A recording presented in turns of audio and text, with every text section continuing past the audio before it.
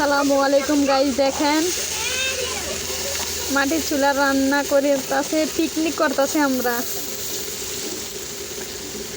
দেখেন গাইস আজকে কি কি পিকনিকে রান্না, সিম দিয়ে আলু দিয়া বাজি, শাক বাজি, যে শাক বাদ দিতেছে শাক বাজি আর লাউ দিয়া, মাছের কলা দিয়া, তা আর হলো মুরগির গোশ।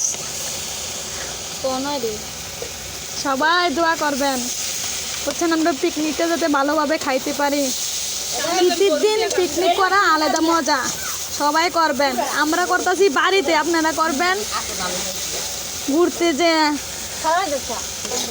যাক দেখেন কত সুন্দর বাড়ির সুস্বাদু খাবার, ক্ষেতের সিম, লাউ, লাউ শাক, ডাল। যাক দেখেন কত সুন্দর। আসসালামু আলাইকুম, আল্লাহ হাফেজ।